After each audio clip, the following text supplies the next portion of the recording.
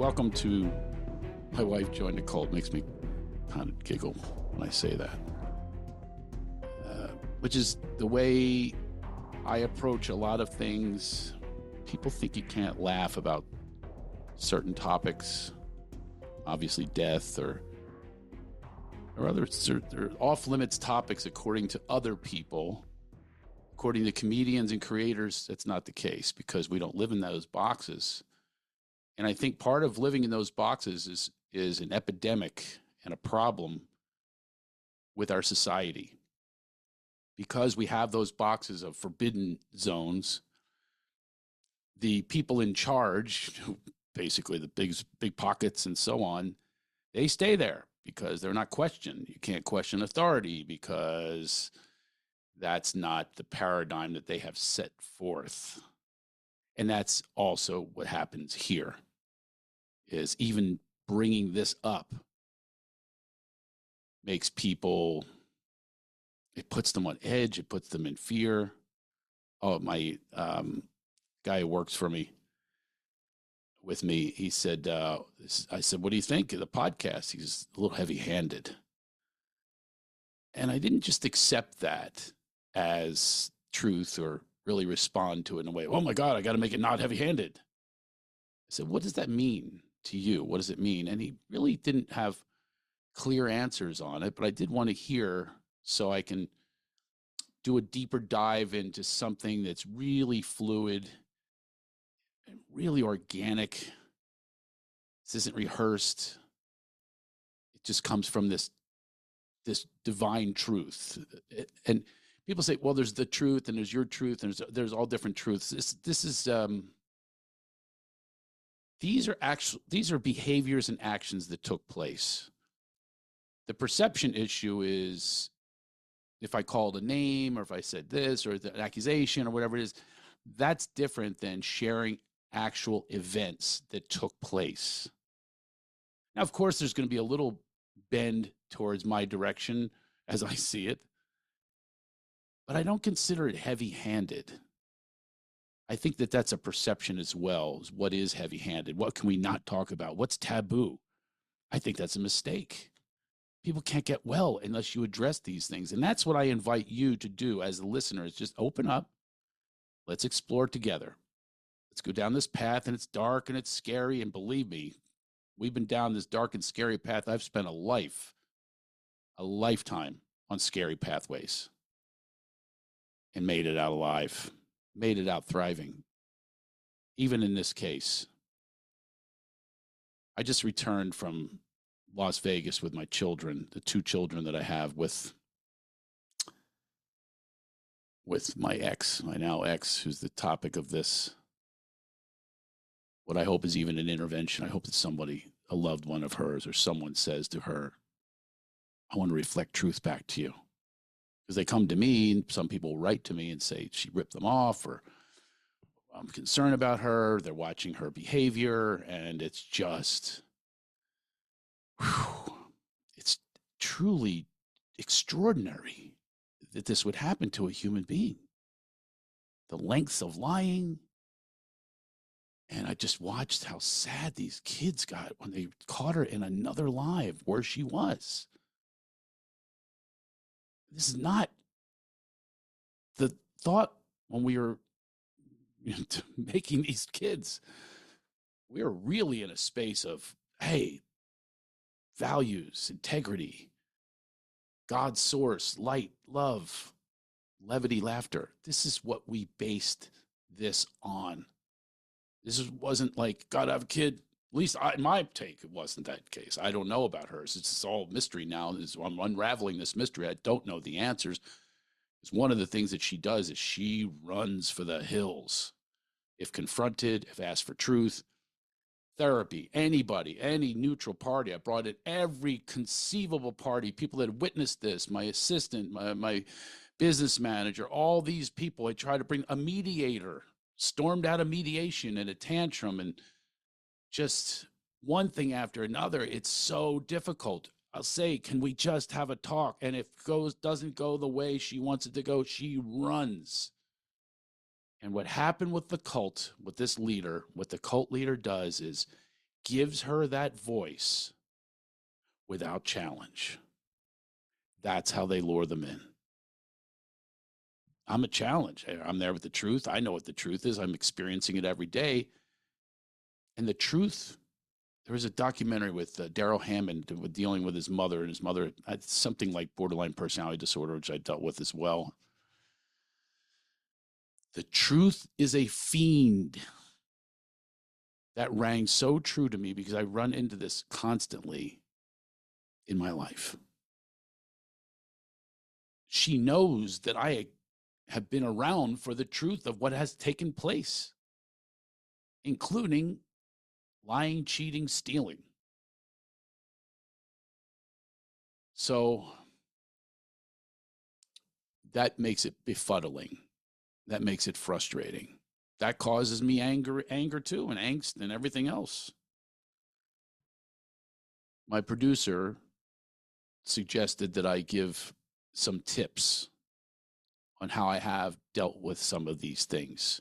And I'm going to do that every episode.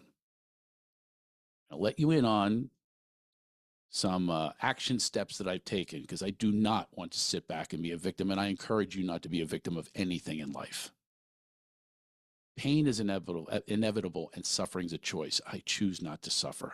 I had a most amazing weekend this weekend in Las Vegas with the kids, and their spirits have not been broken, and yet they should have been. Just one thing that happened, I'll get into a lot of other things. We had just been on a vacation with my two older children, their half siblings, and the stepchildren that my ex-wife, what are we calling her, Lotus, that Lotus helped raise. One was 2. And amazing stepmom, just unbelievable. I'm a great, amazing mom. Until this leader took her and started to feed her. They have these things called listening parties. And listening parties are only about talking and listening. I get it. But if you don't give helpful feedback, then what good is the listening? If you're not truthful, then what good is the listening? A person can just continue to lie and justify their behavior. So we go this Las Vegas weekend, and we went to shows together. My daughter dressed in my suit jacket and sunglasses, and walks on stage, before the show. She's 10 years old with this giant suit jacket, making people laugh. She loves to make people laugh. Her brother's giggling. We giggle and laugh all the time. But there's this moment of, we did this with mommy so many times, including that one last summer that everyone was together. Everyone. Maine, New Hampshire, water slides and slides down a mountain and oceans and everything you could experience. She's laughing. I have videos of it. And this is how insidious it is. That's what took place with, I think we were in or Massachusetts, Maine. We were all over the place. Jersey Shore, our favorite place to go. Everyone loves the Jersey Shore. We got together with friends, almost bought a house there. That's a whole other story. Thank God that didn't go through. Sometimes rejection's God's protection. I'm sure many of you heard that, but we moved into this house. We were renting a Jersey Shore house, which was a dream for especially my oldest son, Justin. Oh my God, he loves the Jersey Shore. We all do. I said, hey, everybody, surprise, this is going to be our house. And the mortgage company folded 3 days before, and we didn't get the house. In the meantime, I had no idea, and I noticed she had a big reaction when I told her that I was going to gift this to the family. This beautiful home at the Jersey Shore. The place we go on vacation almost every year. And I noticed Lotus's reaction. It was not pretty. Freaked out. And my oldest son was trying to talk her down. I was admitting I should have told you. And I didn't tell her anyway. I didn't tell her immediately when I put the deposit down and so forth. But then when it fell through, she had already left to come back to California. And now I know why. I had sold the house that I bought before I knew her. And all the kids were raised in this house. There was another house before that. But anyway, And in this beautiful town of Westlake Village, I coach Little League, and we have the lake, walks, and everything just took place. And the school is right down the street, and friends and family. It's just this idyllic place of a dream for a guy that when I was a kid, I thought the word evict meant move. I thought they were the same word. Chaos and mayhem. This is what I came from. Oh my God, look at this. Look at this. And she had been scheming. We sold the house and someone backed out, but we had already moved into this rental house. I'm actually still here. And we had moved in. She moved us in, bought a ladder so the kids could climb the fence and go visit their friends. I mean, we're in here. Put the dishes in, the whole deal. She moved us in. She was scheming the entire time. She got a safe house. And I caught her texting this father. My kids, really close friends, their father. He said, I'll help you, babe, and all this kind of stuff. Like acting like I'm like some abuser she has to get away from.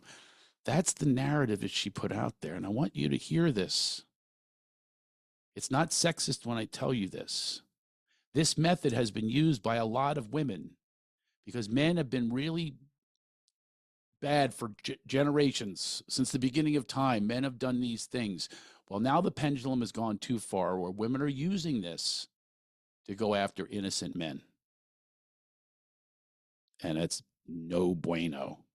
I've watched it happen. I've witnessed it happen. It's awful, and it's awful for the children. They're caught in the middle of this revenge campaign because you're not working your stuff out yourself.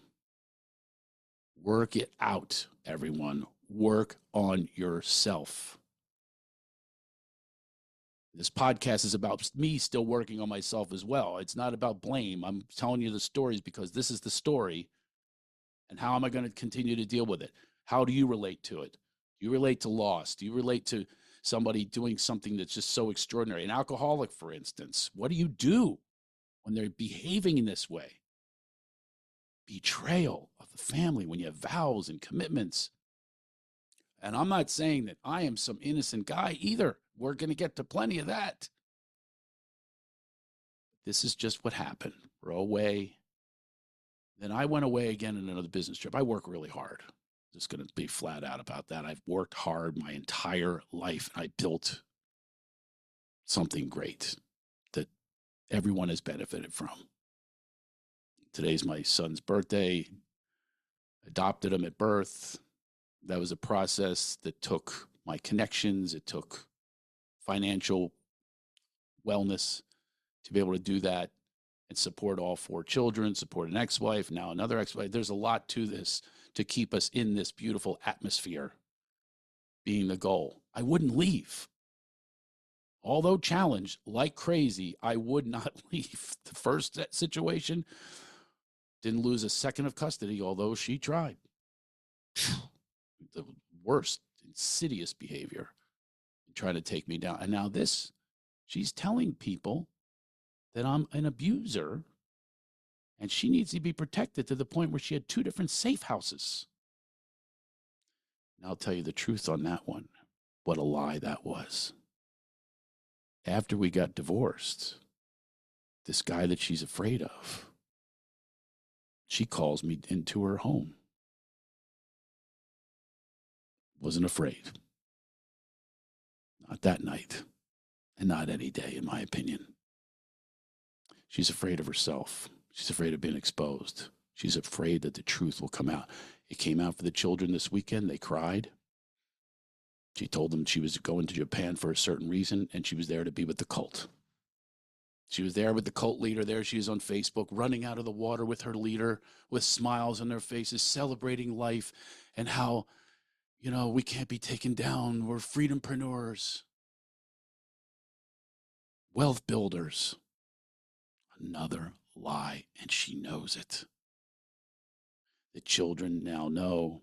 I showed them the text messages from the threats I have received from the cult leader's boyfriend, and I will get to those too. Horrible threats that have